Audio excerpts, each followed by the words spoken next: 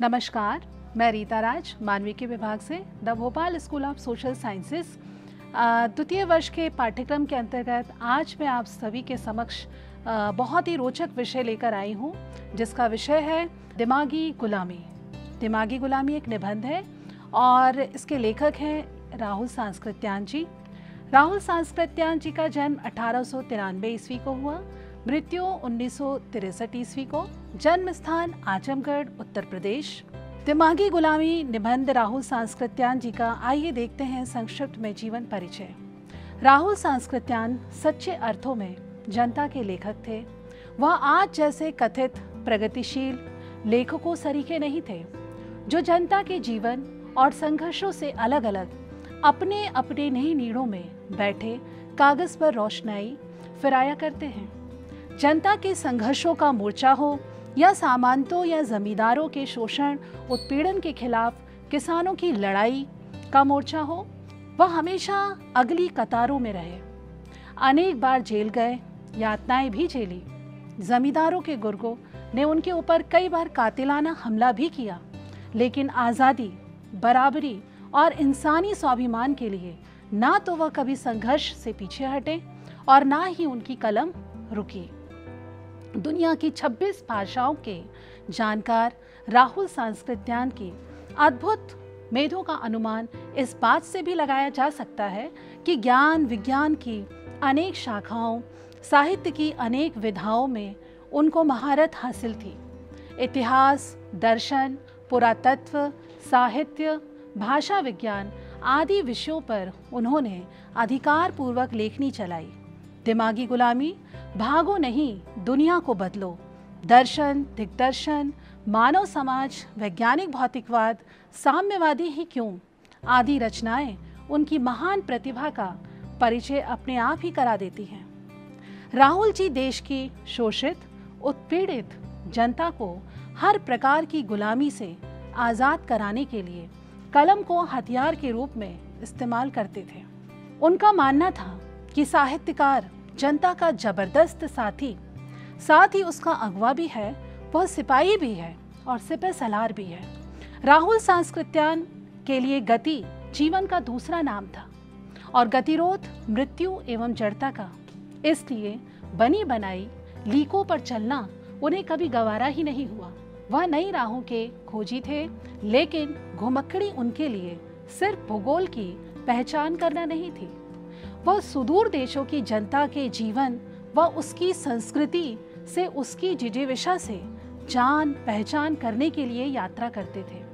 समाज को पीछे की ओर धकेलने वाले हर प्रकार के विचार, रूढ़ियों, मूल्यों, मान्यताओं, परंपराओं के खिलाफ उनका मन गहरी नफरत से भरा हुआ था। उनका समूचा जीवन व लेखन इनके खिलाफ विद्रोह का जीता जागता प्रमाण है। इसलिए उन्हें महाविद्रोही भी कहा जाता है। जनता के ऐसे सच्चे सपूत महाविद्रोही राहुल सांस्कृत्यायन का एक प्रसिद्ध निबंध है दिमागी गुलामी। हम पाठकों के लिए प्रस्तुत कर रहे हैं। राहुल की यह निराली रचना आज भी हमारे समाज में प्रचलित रूढ़ियों के खिलाफ समझौताहीन संघर्ष की ललकार है। दिमागी गुलामी की रचना प्रसिद्ध हिंदी साहित्यकार राहुल सांस्कृत्यायन ने की है। इस रचना के माध्यम से राहुल सांस्कृत्यायन ने भारत की शोषित, उत्पीड़ित जनता को हर प्रकार की गुलामी से आज़ाद कराने के लिए अपने विचार प्रस्तुत किए हैं। उन्होंने इस रचना में आम जनता के सामाजिक जीवन पर प्रकाश डाला है, उनकी समस्याओं का विवेचन प्रस्तुत किया है। आइए इस पाठ के महत्वपूर्ण बिंदुओं पर प्रकाश डालते हैं।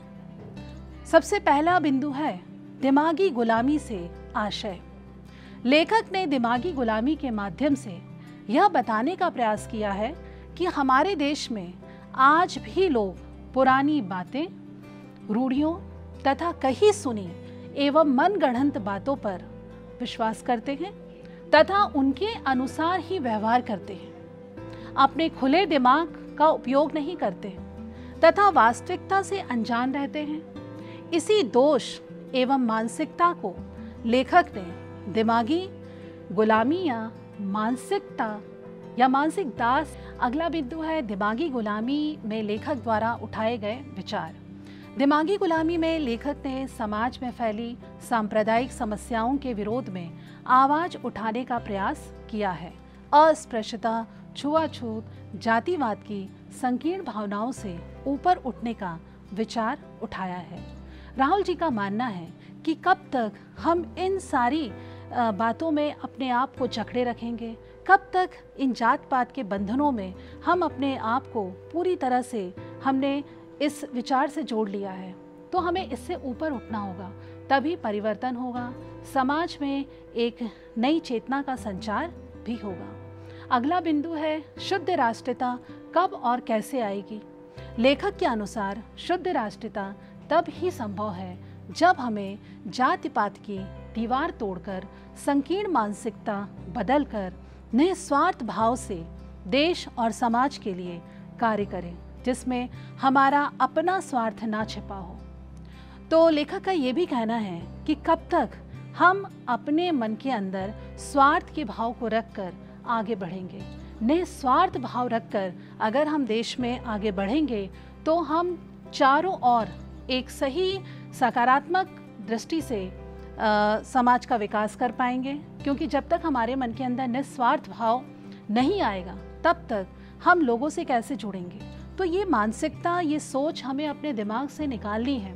हम क्यों नहीं अपने मन और दिमाग में इन विचारों को लेकर आते हैं और इन विचारों के हम गुलाम क्यों नहीं बनते हैं। अगला बिंदु है लेखक द्वारा खुली पाठशालाओं का उल्लेख। लेखक ने बताया है कि धार्मिक महात्माओं के मठ और आश्रम ढोंग के प्रचार के लिए खुली पाठशालाएं हैं और धर्म प्रचार पूरे तौर पर नफे का रोजगार है।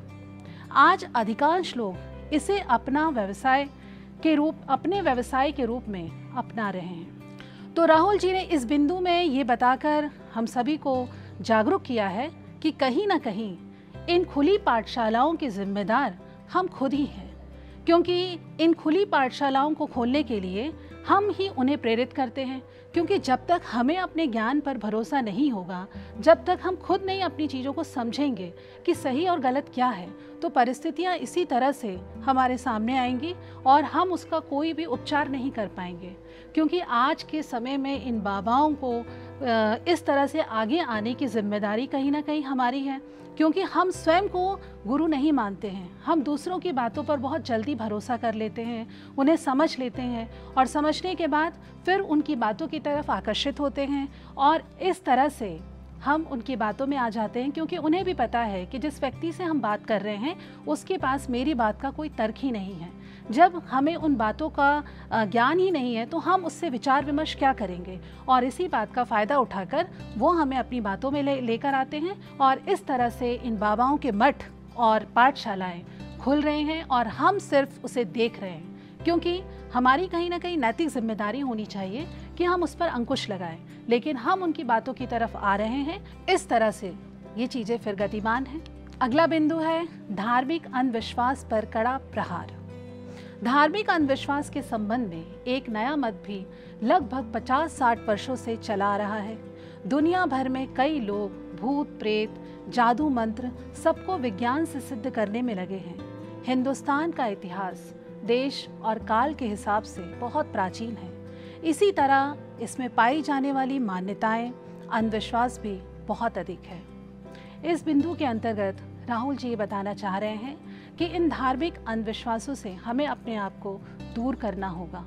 कब तक हम इन बातों से अपने आप को जोड़े रखेंगे, क्योंकि जब तक हम उन बातों से अपने आप को दूर नहीं करेंगे तब तक हम एक नए विचार को अपने मन और दिमाग में कैसे उसके दास बन पाएंगे। तो हमें उन बातों से अपने आप को दूर करना है। इसके कई उदाहरण हैं जो आप देख सकते हैं कि भारत की अनगिनत क्षेत्रों में अभी भी हम इन्हीं अंधविश्वास जैसी चीज़ों में जकड़े हुए हैं। विज्ञान ने जबकि सब कुछ सिद्ध कर दिया है, विज्ञान ने प्रयोग द्वारा हर चीज़ को सिद्ध किया है, लेकिन लोगों की मानसिकता अभी भी इन्हीं बातों की तरफ है। अगला बिंदु है ज्योतिषियों की भविष्यवाणी पर प्रश्न चिन्ह। अभी तक शिक्षित लोग फलित ज्योतिष को झूठ समझते थे, लेकिन अब उसके भी काफ़ी अधिक लोग हिमायती हो चले हैं। वह इसे पक्का विज्ञान मानते हैं। ज्योतिषों की भविष्यवाणी को छापने के लिए हमारे अखबार एक दूसरे से होड़ लगा रहे हैं। राहुल जी इस बिंदु में ये बताना चाह रहे हैं कि जब वो पढ़े लिखे लोगों को ज्योतिषी या राशिफल की तरफ देखते हैं तो उन्हें बड़ा दुख होता है कि इतने पढ़े लिखे लोग भी इन बातों पर इतना भरोसा करते हैं। तो उस पर उन्होंने कटाक्ष किया है, व्यंग्य किया है कि कब तक हम इन बातों को लेकर चलेंगे। मान लीजिए किसी ज्योतिष ने कह दिया कि आज बारिश होगी, तो क्या हम उसकी बातों को मानकर बैठ जाएंगे? कहीं ना कहीं फिर तो ऐसे ज्योतिषियों को हमें नौकरी पे रख लेना चाहिए और उन्हीं की बातों को मानना चाहिए। फिर तो हमें मौसम संबंधी संस्थान जो बना है उसे बनाने की ज़रूरत ही नहीं थी। इसी तरह राजनीति में भी अगर हम देख लें तो राजनीति में भी यही हाल है कि एक ज्योतिष को ले आइए और 4-5 उसके सहयोगी रख दीजिए और सरकार बना लीजिए, और इस तरह से फिर वो सुझाव देते रहेंगे कि कहाँ निवेश करना है और कहाँ चुनाव लड़ना है। तो इस तरह से राहुल जी ने इस पर कटाक्ष किया है और व्यंग करके ये बताने का प्रयास किया है कि आज हम कहाँ पर हैं, हमें इन विचारों को या इन विचारों से हमें किस तरह से दूर होना है। अगला बिंदु है लेखक द्वारा मिथ्या विश्वासों की चर्चा। मानसिक दास्तां मनुष्य की प्रगति में सबसे बड़ी बाधा होती है। हमारे कुछ ऐसे मिथ्या विश्वास हैं कि जिस पर चर्चा की जा सकती है। हमारे यहाँ फाइल की फाइल तैयार है जिनमें हम विभिन्न बेवकूफियों, संकीर्णताओं को हम अपने ऊपर थोपे हुए हैं। हमारे नेता समुद्र पार जाना चाहते हैं और उन्हें पूरा भरोसा है कि भगवान आकाश के नवग्रह और पृथ्वी के ज्योतिषी उनकी सहायता करेंगे। अब बताइए, इस बिंदु में भी यही सिद्ध हो रहा है। ऐसे कई उदाहरण देकर वो हमें बताना चाह रहे हैं कि हम किन विचारों की मानसिकता के गुलाम बने हुए हैं और उन विचारों से अपने आप को दूर ही नहीं कर पा रहे हैं। अगला बिंदु है सच्ची राष्ट्रीयता प्राप्त करने का प्रयास। राहुल जी का कहना है कि सच्ची राष्ट्रीयता प्राप्त करने के लिए राष्ट्रीयता के पथ पर पैर आगे बढ़ाने वाले व्यक्ति को समझना चाहिए कि उसे जाति पात की दीवार को गिराकर आगे बढ़ना होगा। यदि कोई राजनेता प्रतिष्ठित स्थान को प्राप्त करना चाहता है, देश के लिए कुछ करना चाहता है, तो उसे ईमानदारी से रहना होगा, वरना वह असफल भी हो सकता है। क्योंकि कोई भी व्यक्ति अपनी जाति के साथ घनिष्ठता रखकर दूसरों का भरोसा कभी भी नहीं ले सकता है, क्योंकि जाति भाइयों की घनिष्ठता उन्हें बदनाम कर सकती है। हमारे राजनेताओं को देश के विकास के लिए कम से कम एक शादी जाति पाति को तोड़कर करना चाहिए, जिससे समाज में एक रूपता की व्यवस्था कायम हो सके। तभी सच्ची राष्ट्रीयता कायम हो सकती है। अगला बिंदु है मानसिक बेड़ियां तोड़ने से लेखक का आशय। अब राहुल जी इस बिंदु में ये बताना चाह रहे हैं कि कब तक कितनी बातों से हम अपने आप को गुलाम बनाकर रखेंगे, अपने आप को दास बनाकर रखेंगे, कब तक? अब समय आ गया है कि हमें उन मानसिक बेड़ियों को तोड़ना होगा। तो लेखक ये चाहते हैं कि हमें अपनी मानसिक बेड़ियों की जकड़न को एक एक करके कड़ी बेदर्दी के साथ तोड़कर फेंकना होगा। हमें अपने विचारों में आमूल चूल परिवर्तन लाना होगा। प्रतिवाद, क्षेत्रवाद, जातिवाद, राष्ट्रवाद, स्वयं के स्वार्थ ने मनुष्य के मन मस्तिष्क को जकड़ कर रख लिया है। आज हमें ऐसे परिवर्तन की आवश्यकता है जिसमें बाहरी क्रांति से ज़्यादा मानसिक क्रांति की आवश्यकता है, क्योंकि क्रांति एक ऐसी प्रचंड आग है जो सिर्फ एक स्थान विशेष को प्रभावित नहीं करती है, बल्कि समूचे परिवेश को बदल कर रख देती है। तो इस बिंदु में राहुल जी ने यही बताने का प्रयास किया है कि कितना भी परिवर्तन हम समाज के बाहर कर लें, उसका कोई भी अर्थ नहीं है, उसका कोई भी औचित्य नहीं है, क्योंकि जब तक हम अपने मन और दिमाग में परिवर्तन नहीं लाएंगे, अपनी सोच और विचार में परिवर्तन नहीं लाएंगे, तब तक बाहरी परिवर्तन का कोई अर्थ नहीं है। इसलिए हर व्यक्ति को आज मानसिक रूप से अपने विचारों में एक नई गति, एक नई पहल देनी होगी, तभी एक नया परिवर्तन समाज में आ पाएगा। अगला बिंदु है पूर्ण मानसिक रूप से स्वतंत्र होने का भाव। लेखक ने इस निबंध में यह बताया है कि हम भारत के लोग भले ही शारीरिक रूप से आज़ादी हमें मिल गई हो, लेकिन मानसिक रूप से अभी भी गुलाम हैं और पूर्ण रूप से आज़ादी के लिए मानसिक गुलामी से छुटकारा पाना आवश्यक है, तभी सही मायने में हम स्वतंत्र रह पाएंगे। पाठ के अंत में मैं आप सभी से कुछ कहना चाहूँगी। आज के दौर में देखा जाए तो मानसिक गुलामी समाज के विकास में एक बड़ा रोड़ा साबित हो रही है। दिमागी गुलामी इसलिए खतरनाक है क्योंकि मानसिक रूप से गुलाम व्यक्तियों का इस्तेमाल धर्म गुरुओं से लेकर राजनेताओं, विज्ञापन कंपनियों, उत्पाद विक्रेताओं द्वारा आसानी से किया जा सकता है। ऐसे लोगों से फिर अपने मन मुताबिक कार्य करवाया जा सकता है। साथ ही मानसिक रूप से गुलाम व्यक्ति सामाजिक बदलाव के पहिए को पीछे की ओर मोड़ने की कोशिश करने लगते हैं। वे मानसिक जड़ता से ही चिपक जाते हैं और सामाजिक परिवर्तन के ख्याल मात्र से ही वो घबरा जाते हैं।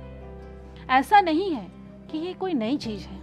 हमारे कई पूर्वजों जैसे महात्मा बुद्ध, राधा मोहन गोकुल, शहीद भगत सिंह, पेरियार, डॉक्टर भीमराव अंबेडकर, महापंडित राहुल सांस्कृत्यायन आदि ने लोगों की मानसिक जड़ता और गुलामी पर लिखा है और उसको दूर करने की दिशा में कार्य भी किया है। उन्होंने भारत के लोगों से मानसिक बेड़ियों को तोड़कर फेंक देने का आह्वान भी किया है। उनके विचारों का अगर संक्षिप्त में सार निकाला जाए तो महत्वपूर्ण बातें सामने आती हैं, जो इस प्रकार हैं। तर्क को ज्ञान का अस्त्र बनाएं, वैज्ञानिक सोच अपनाएं, संवेदनशील और न्यायप्रिय बने।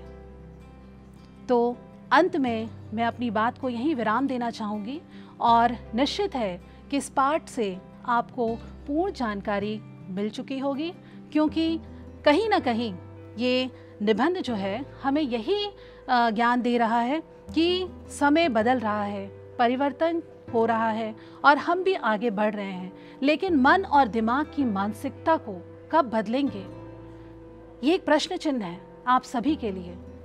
क्योंकि आज के परिवेश में बहुत ज़रूरी हो गया है कि मन और विचार को शुद्ध करें और एक ऐसी सकारात्मक मानसिकता को अपने मन और दिमाग में जगह दें जो समाज के विकास में आगे बढ़ सके। क्योंकि जब तक नई चेतना का संचार नहीं होगा, नई सोच का विकास नहीं होगा, तो ना ही समाज का विकास होगा, ना देश का विकास होगा, ना राष्ट्र का विकास होगा। तो ये सारी बातें इस पाठ से जुड़ी हुई हैं और बहुत ही महत्वपूर्ण हैं। तो निश्चित है कि आप सभी को इस बात से ये सारी जानकारी प्राप्त हो गई होगी। धन्यवाद।